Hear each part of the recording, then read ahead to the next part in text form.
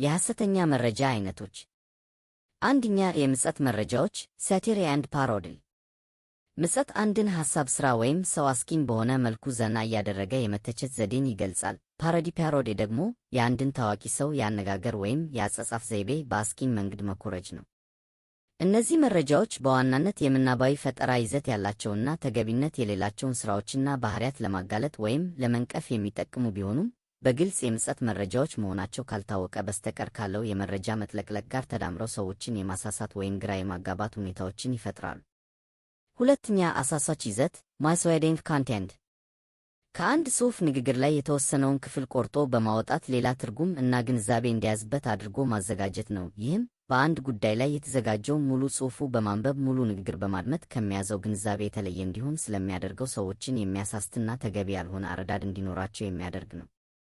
ሶስተኛ፣ ከአውድ ውጭ የሚወሰድ መረጃ አውት ኦፍ ኮንቴክስት።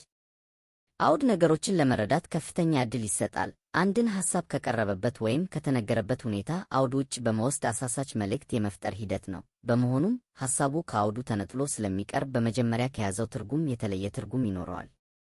አራተኛ፣ ተመሳስሎ የሚዘጋጁ ይዘቶች ኢምፖስተር ኮንቴንት።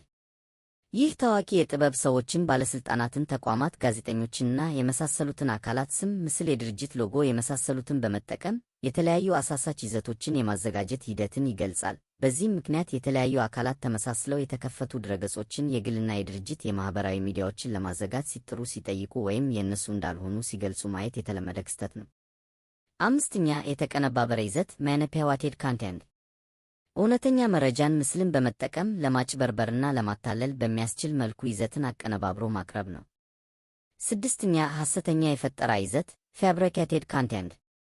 ይህ ደግሞ ሙሉ በሙሉ ሐሰተኛ መረጃን ይዘትን አዘጋጅቶ በማኅበራዊ ሚዲያውና በተለያዩ ሐሰተኛ ድረገጾች ላይ ማቅረብን ይገልጻል። በመሆኑም የተለያዩ ጽሑፎች፣ ማስታወቂያዎች፣ የጽሑፍ ሰሌዳዎች፣ አጫጭር ቪዲዮዎች በሐሰተኛ መረጃዎች ላይ ተመስርተው በማኅበራዊ ሚዲያውና በተለያዩ ሐሰተኛ ድረገጾች ላይ ሊለቀቁ ይችላሉ።